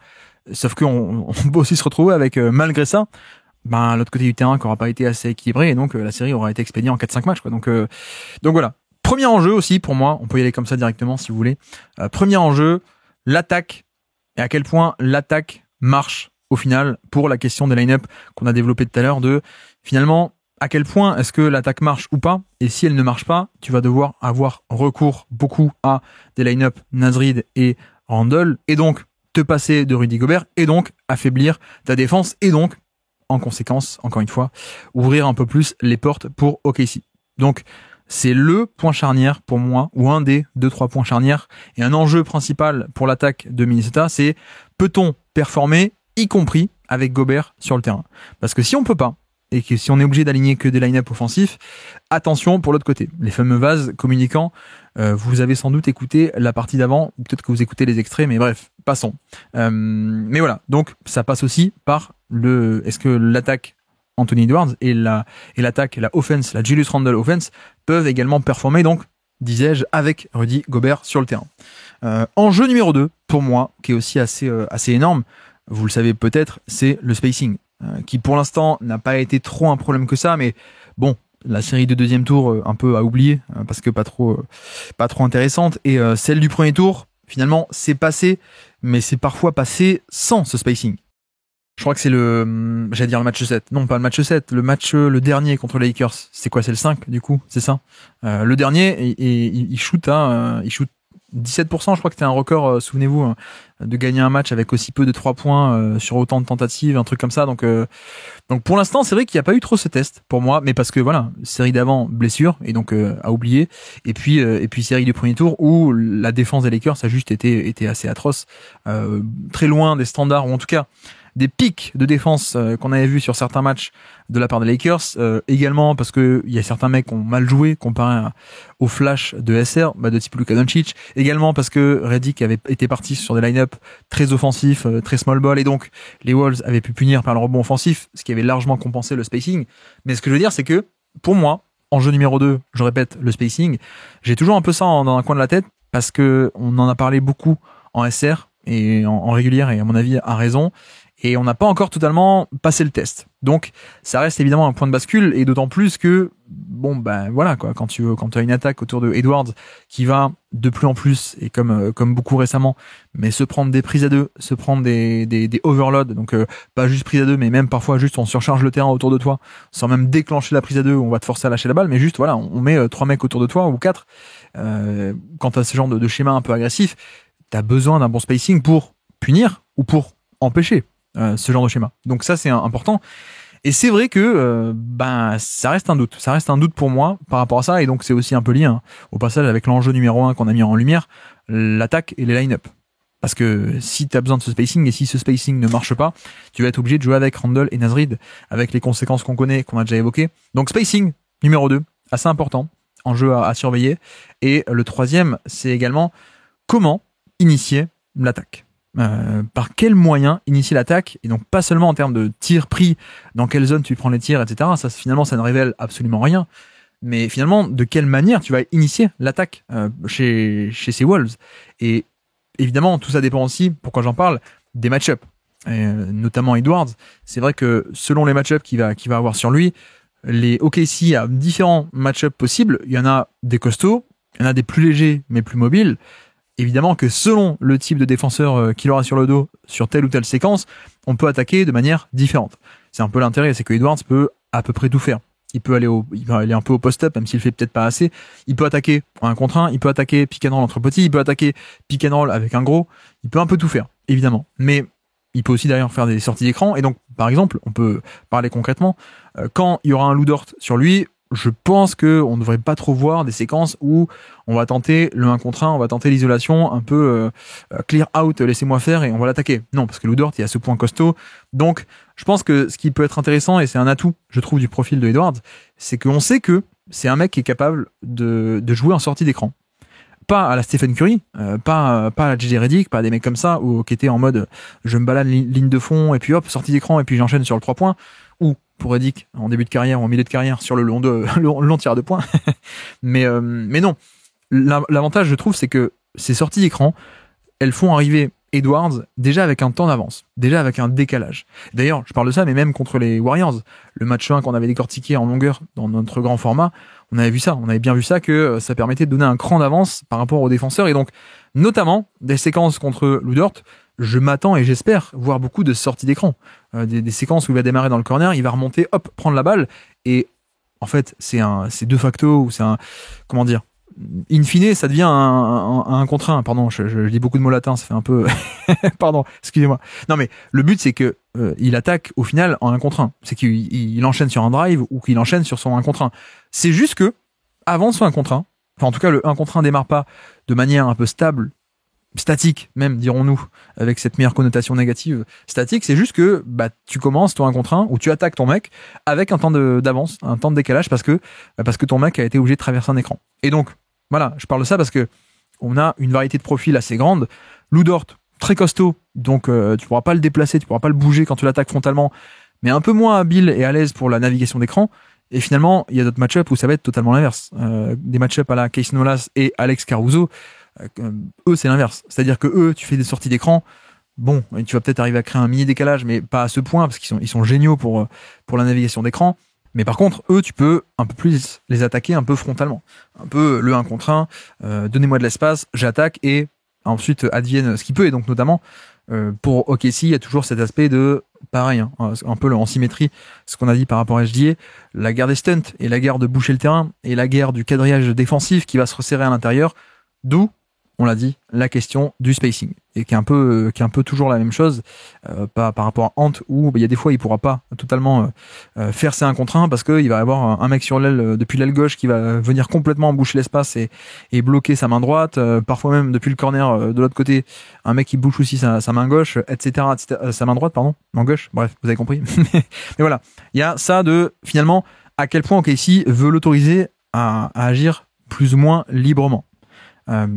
Et donc on en revient aussi à quelle va être l'attitude de Ant, parce qu'il y a quelles sont les options disponibles pour lui. Il y a aussi, je trouve, un truc important, c'est un peu sa manière de jouer et un peu sa volonté de jouer. On sait que c'est quelqu'un qui parfois, dans ses mauvais jours, peut avoir ce genre de frustration et c'est pas que inconscient, caché, je veux dire, il en parle ouvertement en conférence de presse, hein, souvenez-vous, les fameux, non mais moi j'aime pas les prises à deux, c'est pénible, etc. Et voilà, il y a des fois, par frustration, soit il prend le pull-up à 3 points ou à 2 points un peu trop facilement, soit parfois il le prend parce que il voit que ça commence à se resserrer autour de lui, il voit que la prise à deux est pas loin ou va se déclencher, ou voilà, il a un peu la flemme et donc allez, je prends le pull-up. Ça pour OKC c'est génial. T'as envie que Edwards juste prenne ce genre de tir, et au contraire, si t'es les Wolves, tu as envie que Edwards insiste sur des 1 contre 1 et aille jusqu'au panier au niveau des drives, et qu'il insiste là-dessus parce qu'il peut déjà, parce qu'il est excellent, mais également parce que il a ce truc il est explosif, il est ultra explosif, et que il a aussi ce dribble et ces longues enjambées où finalement il peut arriver à un peu comme HG d'ailleurs, de parfois tu veux juste boucher le terrain, mais ce combo, et même encore plus avec Edwards, hein, ce combo de vitesse, vivacité, mais même dans le cas d'Edwards, donc de explosivité et longueur, fait que parfois l'obstacle il peut le contourner. Il peut fendre non pas le pick and roll, mais le stunt, un peu passer entre les deux défenseurs avant que ça se referme complètement. Il peut t'embarrasser, hop, en contournant de l'autre côté. Il peut, voilà. Il y a tout de même ce truc il y a la théorie, il y a le schéma défensif théorique qu'on met en place, il y a ce quadrillage. Après, je trouve qu'il y a quand même ce super pouvoir chez Edwards de parfois pouvoir contrer ce quadrillage qui est censé être en bonne position, mais lui, il peut le contourner ou il peut le faire exploser. Donc ça, c'est aussi un point de bascule de la série, à mon sens, mais comme toujours, à suivre, c'est un peu ses velléités, quoi, et sa manière de jouer. Parce que c'est quelqu'un qui n'est pas obligé de rester et de se laisser enfermer dans ce genre de quadrillage autour de lui, de terrain resserré autour de lui, et ah bah mince, j'ai un mec à 3 mètres de moi, en plus de moi 1 contre 1, je peux pas attaquer, allez, je laisse la balle, hop, je lâche la balle, et puis les Wolves ont pas assez de shoot, donc ça mène à rien, ou alors OKC revient très bien en position, donc ça mène à rien, etc., etc. Même si tu lâches la balle, je pense qu'il y a quand même une valeur, et on l'a vu, on le voit tout le temps avec Edwards, il y a quand même une valeur à d'abord, avant de lâcher la balle, driver vers l'aide pour fixer les deux, créer un peu aller péter un peu la défense et attirer un peu, fixer la défense, le deuxième défenseur, avant de relâcher. Et ensuite, une fois que c'est fait, le décalage est créé, et hop, swing, on arrive à extra passe, à trouver l'ouverture quelque part. Donc voilà, ça c'est important, et je pense qu'on aura ça. Je pense qu'on aura évidemment de ça. Je pense qu'on aura aussi beaucoup de pick and roll entre petits, là encore. Et bon, bien sûr, je l'explicite pas, en tout cas, je l'ai pas encore fait. J'ai hâte de voir à quel point est-ce qu'on peut cibler, et on va mettre l'accent pour cibler encore SGA en défense. C'est un truc, je suis un peu resté sur ma faim côté Denver. Je pense qu'on aurait pu le faire plus, malheureusement. Ça n'a pas été fait. Je sais que c'était aussi une de mes frustrations sur la série contre les Warriors, où j'ai pas compris pourquoi est-ce que ça ciblait pas plus que ça des Curry, mais surtout des Buddy Hield. Pourquoi est-ce que tu autorises Buddy Hield à prendre feu sur le match 1 et à gagner le match à lui tout seul, alors que en fait tu pourrais le cibler et l'impliquer sur les actions et le punir et le rendre injouable défensivement. Donc c'est un peu ma frustration, mais j'espère que ça va être fait, parce que voilà, on parle de quelqu'un qui est la star adverse, donc il va être sur le terrain très souvent. Donc plus tu vas arriver à le fatiguer, plus tu vas arriver à le mettre en problème de faute aussi, plus ça va être bien. Et puis pareil, il y a toujours ce même dilemme est-ce que OKC veut faire un edge and recover pour ne pas switcher, et donc ouverture quelque part, ou est-ce que OKC va switcher, mais donc tu offres ce mismatch à Edwards qui peut ensuite le punir, chercher des fautes, etc. Donc les pick and roll entre petits, à mon avis, ça va passer beaucoup par là aussi. Pourquoi ? Parce que, je l'ai même pas encore dit, mais c'est vrai que la raquette défensive d'OKC, elle est assez géniale sur pick and roll. D'un côté, de l'autre, dans un sens, dans l'autre, telle couverture défensive ou telle autre. Donc finalement, je pense qu'une grande partie de la Anthony Edwards offense sur ce match-là, ça peut venir du pick and roll classique 1-5 ou 2-5. En tout cas, le petit et le pivot, le petit à l'intérieur, on va dire. Mais c'est vrai que il y aurait peut-être sans doute un intérêt à aller gratter ailleurs. Isolation, sortie d'écran et pick and roll entre petits, parce que tu peux arriver plus ou moins à créer des choses un peu loin du cadre du pick and roll où Chet Holmgren et Hartenstein, c'est bien quand même, quoi. C'est même très très bien. Cela dit, j'en ai pas parlé, mais l'aspect un peu primordial, un peu en miroir des Wolves avec Gobert, mais un des aspects importants pour OKC, ça va être le positionnement et le placement de Chet. Est-ce qu'on va arriver à le maintenir dans ce rôle de roamer, dans ce rôle de safety, de libéraux défensif, pour finalement qu'il rôde autour du panier. Et donc, il y a aussi ce truc malheureusement de plus tu vas faire des pick and roll entre petits pour Edwards, plus tu vas faire l'isolation, plus tu vas faire de ce genre de choses, et plus tu vas pas chercher à impliquer les bigs sur l'action et dans le périmètre, plus tu vas les laisser en deuxième rideau. Et OKC, c'est une défense qui ne mise pas trop sur le côté boucher le terrain. Enfin, il y a pas un côté on va empêcher la balle d'aller jusqu'au panier, c'est pas trop leur truc. Eux, ils te laissent aller au panier, mais parce qu'en fait c'est le piège se referme quoi. En termes de fréquence de tir au panier, ils en concèdent beaucoup. Par contre, en termes d'efficacité, ils ont peut-être les meilleurs de NBA ou la meilleure profondeur de NBA sur de la protection de panier avec Hartenstein, avec Chet évidemment en rôle de safety qui est génial, avec Jalen Williams aussi, plus de la protection de panier aussi parfois qui peut venir de comment il s'appelle mince de Caruso parfois aussi, de Wiggins qui est pas mal, de même SGA sur certaines rotations qui peut être parfois assez intéressant avec ses longs bras. Donc voilà, il y a un peu ce truc de au final pareil, dilemme pour les Wolves. Est-ce que tu ne voudrais pas un peu chercher et tester à éloigner du panier Chet Holmgren? Là encore, duel à voir, duel à surveiller. Qui va gagner? Qui veut faire quoi déjà? Premièrement, est-ce que OKC veut absolument l'avoir en deuxième rideau ou ça leur dérange pas qu'il aille dans le périmètre parce qu'il est aussi pas mal dans le périmètre? Et puis de l'autre côté, est-ce que les Wolves veulent le garder loin de Edwards pour le laisser opérer et le laisser initier l'attaque premièrement en début de possession, quitte à ce qu'ensuite ils soient en deuxième rideau, Chet? Ou est-ce que non, il faut absolument pas que Chet soit au panier et il faut qu'on l'implique ailleurs? Voilà, là encore, les velléités de chacun à voir parce que ça pourrait donner des possessions et des séquences très très différentes selon le choix de chacun évidemment. Mais pareil, la question du safety défensif revient aussi beaucoup sur la question des match-ups. Ça découle des match-ups et donc qui on met sur qui. Il y a un peu cette idée. Le truc un peu logique qu'on pourrait se dire, c'est si on veut Chet en roamer, en libéraux, mettons-le sur un non-shooter. Il n'y a pas plus non-shooter que Rudy Gobert. On est d'accord. Sauf que le problème, c'est que je pense que pour le coup, c'est quand même pas mal pour les Wolves. C'est-à-dire que si tu mets Chet sur Gobert, c'est peut-être pas Anthony Davis, mais c'est quand même une très bonne menace de verticalité, de pick and roll. Donc il y aurait potentiellement ce truc de pourquoi pas dérouler beaucoup de pick and roll pour cibler Chet, donc pour l'impliquer sur le ballon plutôt que le laisser en deuxième rideau, et en plus avec plutôt de bonnes armes, plutôt un Edwards qui peut débouler à fond la caisse en sortie d'écran avec son explosivité, et en plus une menace de verticale de pick and roll qui peut mettre la pression au panier, qui peut forcer Chet à reculer, donc pas à contenir un peu en haut Edwards, mais hop, je recule sinon il y a un loop dans mon dos, etc. Sinon il y a aussi l'option de, au final, tu le mets sur Gobert pour qu'il rôde autour du panier, et quand il y a écran, quand il y a pick and roll, on switch.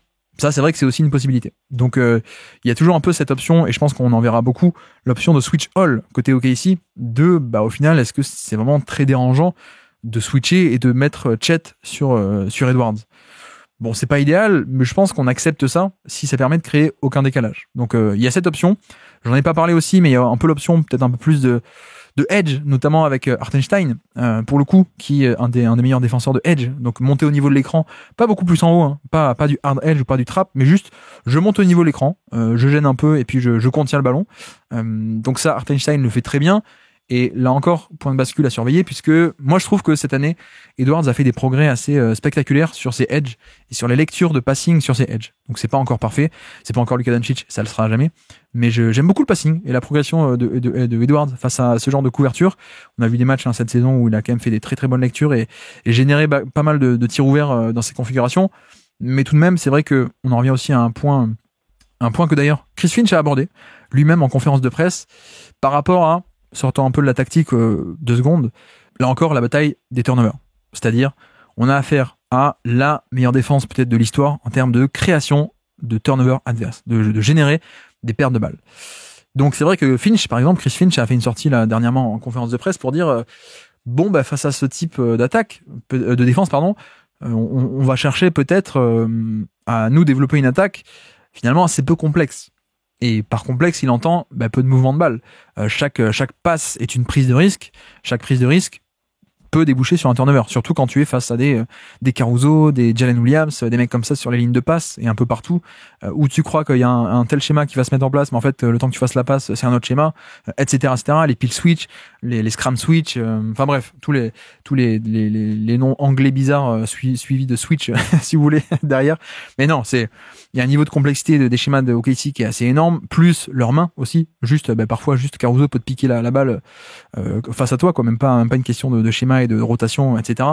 Mais la question des edge peut aussi se poser via ce pick and roll de a-t-on intérêt à faire attaquer beaucoup Edwards sur pick and roll par rapport à ça, par rapport au manque de spacing qui est pas idéal, et par rapport au fait également que insister sur des edges, sur ce pick and roll face à des edges, ça veut dire insister et répéter des passes, et donc insister sur des possessions à prise de risque. Et finalement, est-ce qu'il vaut mieux pas un peu, je dis n'importe quoi, mais par exemple, plutôt enchaîner les pick and roll entre petits, où ni Hartenstein ni Chet n'est impliqué sur l'action, ils t'attendent en deuxième rideau, donc c'est peut-être pas idéal, peut-être que l'accès au panier sera pas tout le temps là, ou même s'il l'est, peut-être qu'ils vont contester ton tir au panier, mais est-ce qu'il vaut mieux pas ça, un lay-up contesté, ou un pull-up à 2 points parce que tu veux pas aller les attaquer sous le panier? Il vaut mieux peut-être ça que une paire de balles. Il vaut mieux un tir peu rentable que une paire de balles zéro rentable en termes de proba. Voilà, c'est aussi ce truc, quoi. Et donc là encore, hein, par rapport, tout est lié, mais aussi par rapport à la transition. C'est vrai qu'on parle d'une bonne équipe en termes de repli. Après, il y a un truc que même la meilleure équipe de transition défensive de l'histoire de la NBA ne peut pas faire, c'est quand tu perds le ballon, ça génère des situations automatiquement de 1 contre 0, de 2 contre 0, 2 contre 1, et ça, tu peux pas le défendre. Quand on parle de repli, on parle de l'effort après un rebond défensif ou offensif.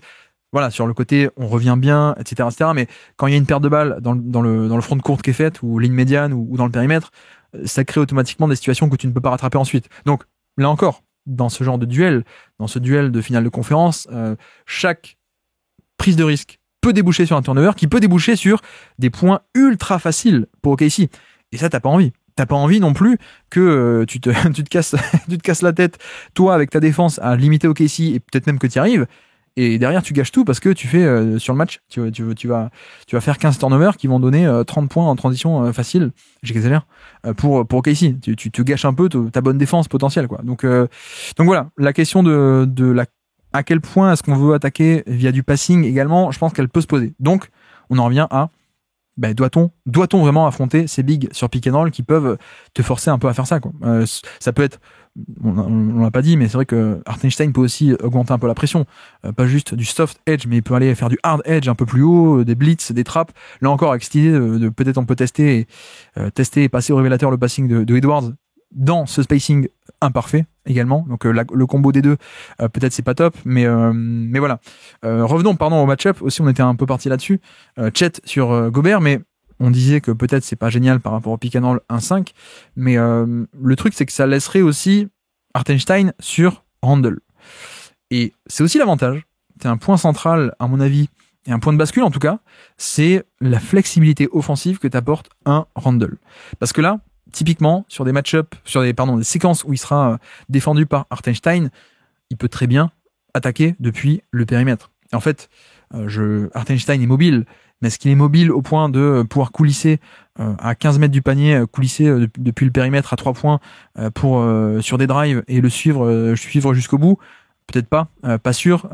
Est-ce qu'on peut pas le faire attaquer aussi depuis le poste haut, comme on l'a vu aussi parfois cette saison? Donc un drive face au jeu, face au panier, mais un peu plus court, mais où voilà, en 2-3 pas la différence est faite. Des systèmes sinon qu'on appelle en delay ou en 5 out, où il est beaucoup plus loin du panier, carrément à 3 points dans le périmètre. Voilà. Et ça, c'est contre le match-up Hartenstein. De l'autre côté, si on inverse, comment est-ce qu'on fait? Si on inverse et qu'on met plutôt un Chet Holmgren, ou on essaie un peu de croiser les match-up, qu'on met un Jalen Williams aussi. Techniquement, il aurait la longueur de bras et la taille pour résister, mais contre ces mecs-là, Randle, il va pas attaquer depuis le périmètre. Randle, il peut attaquer depuis le poste bas. Et il peut complètement aller bousculer frontalement et directement en post-up des Chet ou des Jalen Williams. Et là, tu peux soit scorer facilement, soit les mettre en problème de faute, etc., etc. Donc, je pense que beaucoup va aussi tourner par rapport à cette flexibilité que t'apporte Randle de, selon le match-up, je peux attaquer comme ça, comme ci, ou comme ça. Voilà, c'est un peu, tu me mets un léger, je peux attaquer un peu plus en puissance. Tu me mets un costaud, je peux un peu le prendre dans le périmètre, quoi. En tout cas, c'est un peu l'idée. Je ne dis pas ça va se passer comme ça. Je ne dis pas à chaque problème, il aura la solution et il va scorer 40 points par match. Je dis dans l'idée, c'est un peu la théorie. Donc, assure à quel point il pourra arriver à l'appliquer. Mais voilà, vous voyez que niveau match-up, donc on n'est pas arrivé au bout de nos surprises, quoi. Je pense que ça pourrait beaucoup bouger au fur et à mesure de la série, parce que je trouve pas qu'il y ait de solution parfaite d'entrée de jeu. Est-ce que vraiment on tente Hartenstein sur Randle et Chet sur Gobert, mais pas sûr, parce qu'en plus Randle a un 3 points, donc on parle de l'attaquer dans le périmètre, mais il peut aussi juste se mettre à 3 points, et donc Hartenstein serait loin du panier. Donc, une fois que c'est fait, une fois que tu mets Randle et Hartenstein sur l'aile, tu fais venir Chet Holmgren en poseur d'écran, y a plus rien en deuxième rideau, quoi. T'as impliqué les deux bigs sur l'action, tu les as impliqués dans le périmètre. Et donc en deuxième rideau, tu peux même faire exprès de cibler et de mettre sous le panier un SGA et t'as tout gagné, quoi. Il y a pas de protection de panier. Donc c'est aussi l'intérêt. Oui, pour les Wolves, l'intérêt de Randle, c'est que Hartenstein ou Chet peuvent un peu être éloignés du terrain, du panier, pardon, de par un peu ce 3 points. Alors pas un 3 points qui va être génial, pas tout le temps, mais il y a un peu ce côté juste positionnement en fait, pour le coup. Donc voilà, la question des match-up. Assez intéressant de qui va défendre Randle. Et tout peut aussi partir de là, parce que j'ai développé l'attaque de Edwards. On l'a pas dit aussi, mais l'attaque de Randle, elle passe par ça. Elle passe par cette attaquer d'une manière ou d'une autre, et puis juste la chasse au mismatch aussi. Et c'est aussi là-dessus où je parlais un peu de cibler du SGA. J'espère qu'on va un peu retrouver ça. Parce que c'est exactement ce qu'on avait eu contre les Lakers, c'est-à-dire un Randle qui s'était fait plaisir en fait. Face à on fait 3 ce qu'on peut appeler des préactions, c'est-à-dire un écran, ça a l'air d'être rien du tout, ça a l'air d'être fait un peu au hasard, mais sauf que c'est pas au hasard, c'est juste on obtient Reeves en switch sur Austin Reeves avant de alimenter au poste bas notre ami Randle. Et là, il se fait plaisir plein de fois contre Reeves, contre Doncic, contre des mecs comme ça, face au switch all des Lakers. La différence, c'est que OKC va être en switch all, mais pas forcément sur SGA. Donc c'est un peu la différence où Redick était vraiment en mode, non pas dogmatique, mais le switch all était absolument surtout pour simplifier un peu les lectures et les ajustements, etc. Donc on switch tout et on protège derrière. Bon, ils avaient mal protégé. Mais OKC, on n'est pas à ce point sur un switch all automatique. En tout cas, pas sur le poste 1, pas sur SGA. Mais à voir, parce que ne pas switcher, ça veut dire, comme on le dit à chaque fois, concéder un décalage à un moment donné quelque part. Donc, est-ce que le fait que OKC bataille pour pas switcher, ça peut pas donner un écran glissé? Est-ce que ça peut pas donner un pop ailleurs? Est-ce que ça peut pas donner un petit qui s'échappe au panier, qui fait un cut, etc., etc. Donc pourquoi pas? Mais voilà, j'espère. Il n'y a pas que je dis, j'espère un peu revoir beaucoup cet aspect de mismatch hunting, quoi, de chasse au mismatch et de chasse de obtenir des petits pour Randle qui pourraient ensuite punir au poste bas. Ça c'est aussi important et à suivre parce que on a dit, il y a très peu de marge d'erreur pour les Wolves, donc en fait presque pour gagner la série t'as besoin d'avoir que tout marche à peu près en même temps, quoi. Ça m'étonnerait que tu puisses survivre si il y a un ou plusieurs de ces points de bascule qui basculent du mauvais côté. Donc voilà pour Randle. La question des prises à deux aussi peut se poser dans le cadre de Randle ou de Edwards. La question supplémentaire, pardon, c'est à quel point le curseur sera élevé sur ces prises à deux. Est-ce qu'on va juste surcharger le terrain autour de ces mecs-là, en mode on bouche l'espace, on te laisse prendre le pull-up un peu dégueu, ok. Ça c'est curseur plutôt côté passif. Après, on peut augmenter le curseur et aller vers du agressif et en fait déclencher des prises à deux et faire lâcher le ballon à Randle, faire lâcher le ballon à Edwards. C'est un peu ce qu'on a vu d'ailleurs contre Denver. On a vu que le curseur a été bougé pas mal de fois, parfois de très très agressivement, pour le priver de sa main gauche, le priver de sa main droite, le priver de pouvoir bouger et entamer son dribble, le priver de dribbler au poste bas. Et même le match 7, on a vu carrément curseur au maximum on met un petit sur Jokic, on fronte le poste, le petit passe devant avec aide derrière, et en fait Jokic a pas touché le ballon. Jokic a très très peu touché le ballon. Je crois que la stat c'était il a touché le ballon 50% moins de temps que le reste de la série. Donc voilà, ça c'est une carte que peut jouer OKC. Je parle même pas de faire des blitz, hein. Je parle même pas de par rapport au côté tester le passing de Edwards ou de Randle même, mais juste l'aspect de cette défense, elle est tellement historique sur l'aspect de horizontalité du jeu, toujours un peu ce même terme, mais ce déplacement horizontal, ce dynamisme, cette longueur de bras, que ouais, c'est une équipe qui peut se permettre d'augmenter le curseur d'agressivité, et donc par agressivité, on entend aussi conséquence prise de risque. Ils peuvent aller carrément là-dedans, mais parce que pour eux, la prise de risque, elle existe, mais elle est minime, parce qu'ils ont tellement des mecs longs et rapides que ils prennent le risque. Mais derrière, ils peuvent revenir en position à temps.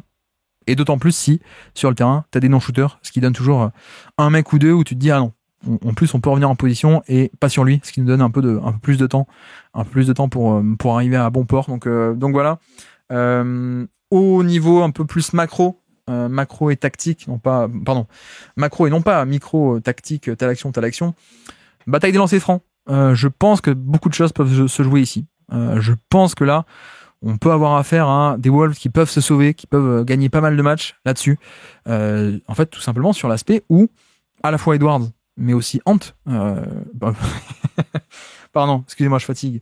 À la fois Edwards et Randle, pardon, c'est quand même des grosses machines à lancer franc. Et globalement, même collectivement, c'est une équipe qui est assez agressive, qui fait parfois bien bouger le ballon, qui peut attaquer le contact, etc., etc. C'est une équipe qui est top 10 en termes de lancer franc provoqué en attaque.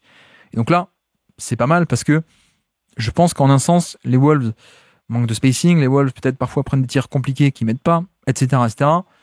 Ça, c'est un peu un aspect presque sûr, quoi, pour le coup. C'est une équipe qui arrive à obtenir des tonnes de lancers francs, et ça, c'est des tirs largement rentables. Donc, au final, tu as cette bonne attaque de lancers francs versus une défense de lancers francs qui est pas très bonne. C'est un peu même la faiblesse de OKC, c'est que ils sont 26e de NBA, 26 sur 30, en termes de lancers francs concédés. Bon, ils n'ont pas de mauvais défenseurs, hein, c'est même tout le contraire, vous le savez. C'est juste que c'est un produit, c'est une conséquence de tes schémas. Plus tu vas avoir des schémas qui vont être dynamiques, plus tu vas être en mouvement, et donc moins tu vas être en place, faire les bons gestes, parce que je vois venir, je suis déjà en position, etc., etc. Mais c'est pas une faiblesse inhérente, hein, c'est pas ils sont nuls, etc.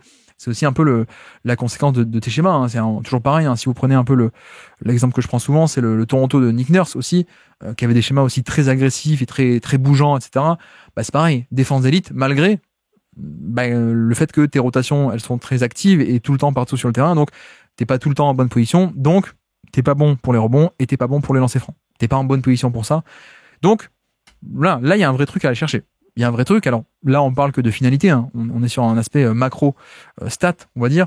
Mais pour y arriver, il y a le comment. Le comment, c'est du drive. On a dit tout à l'heure. Il faut qu'on ait un Randle et surtout un Edwards qui qui se laisse pas enfermer à l'extérieur en voyant les obstacles devant, en disant oulala, non, il bloque le passage. Il faut qu'on ait des mecs qui aillent au panier provoquer ses fautes et passer outre et malgré les obstacles. Ça, c'est important. Donc, on a potentiellement une bataille ou une partie de la guerre qui pourrait être remportée ici pour les Wolves, d'arriver à créer des points et à créer de l'attaque via cette agressivité, via ces lancers francs. La bataille des lancers francs pourrait être capitale. D'ailleurs, elle l'a été sur la série d'avant, puisque Denver élite lancers francs versus OKC qui était mauvais, nul même, 26 sur 30 au niveau des lancers francs concédés. Toute la série, les Nuggets ont survécu parce que toute la série, ils ont pris des lancers francs. Ils n'ont pas tout le temps allé au panier. Ils n'ont pas eu tout le temps des bonnes, même ils ont eu des efficacités au panier qui étaient nulles, Denver, contrairement à d'habitude, contrairement à la saison régulière, mais ils ont provoqué des lancers francs toute la série, et c'est à mon avis une des raisons pour lesquelles ils ont réussi à aller jusqu'à un match 7. Donc là pareil à surveiller, un point fort des Wolves qui peut s'appliquer sur un point faible défensif d'OKC. Premier.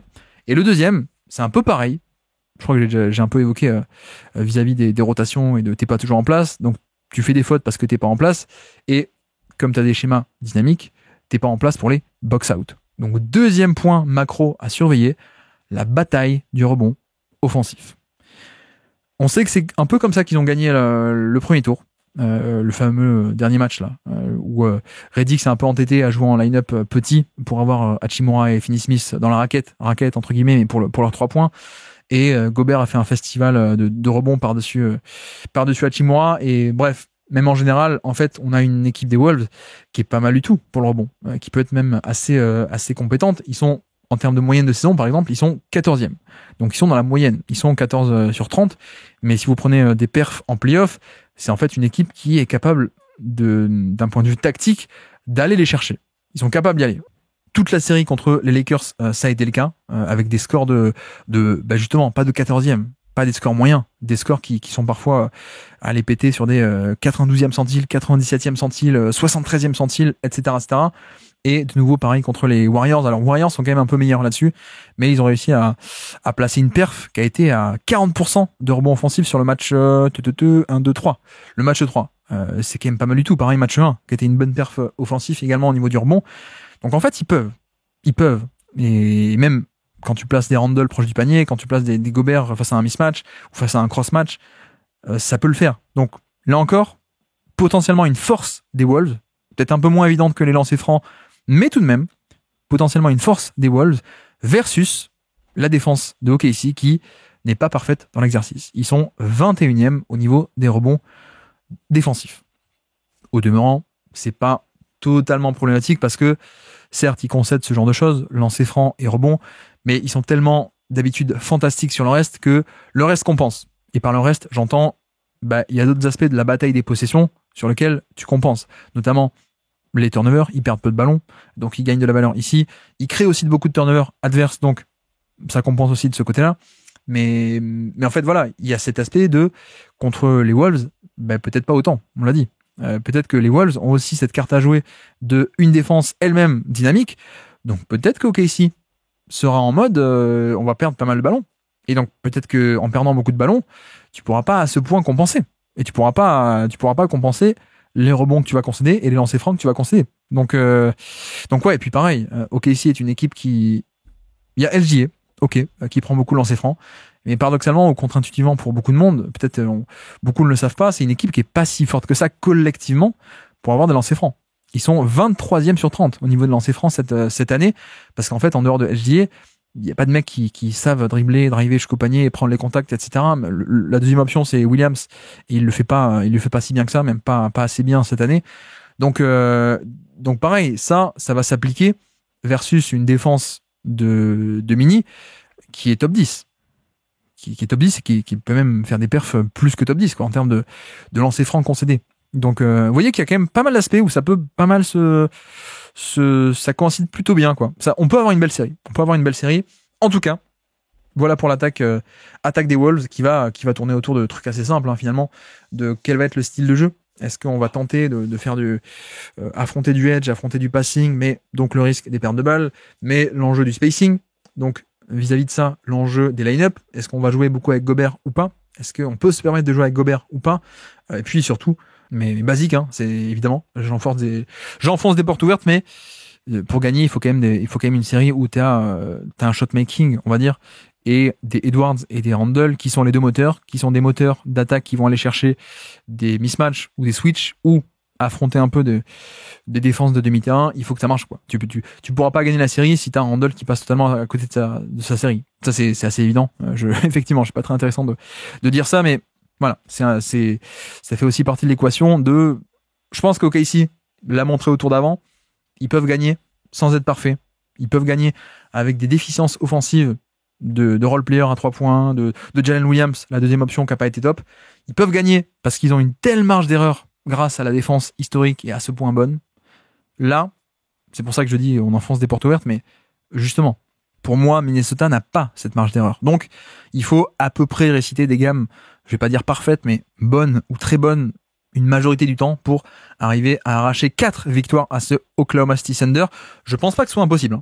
Je pense que ça reste improbable, ou plutôt, c'est pas du tout ce sur quoi je miserais, mais je suis quand même assez enthousiasmé, parce que vraiment, j'insiste, mais on n'est pas sur une erreur de casting, on n'est pas sur une équipe des Wolves qui est là par hasard, ou parce qu'il y a eu que des blessures, ou que des mauvaises équipes en phase 2. Je trouve qu'on a quand même affaire à une équipe intéressante, qui a des forces aux bons endroits, pour contrer certaines des forces de OKC, et qui en plus peut avoir aussi certaines forces, là où parfois OKC a des faiblesses, donc on l'a dit, sur les lancers francs, sur le rebond, sur parfois le jeu des possessions, etc. Donc duel passionnant. Je vais pas miser sur les Wolves, bien sûr, mais j'espère de tout cœur qu'on ait une très belle série, parce que on en a vraiment la potentialité et la possibilité avec cette équipe surprise des Wolves contre le Oklahoma City Thunder, peut-être en route vers ses premières finales. On verra ça très bientôt. Merci à tous d'avoir suivi cet épisode, j'espère que ça vous aura plu. Et donc voilà pour ce qui est un peu inédit, je crois. Je suis à peu près sûr, 2 podcasts dans la même journée, c'était pas prévu. Bon, j'ai eu un peu un problème lundi, j'aurais dû sortir mon bilan lundi, mais je suis pas arrivé à le faire lundi. Donc voilà, double dose de podcast aujourd'hui, totalement inédit. Le bilan OKC plus également la preview.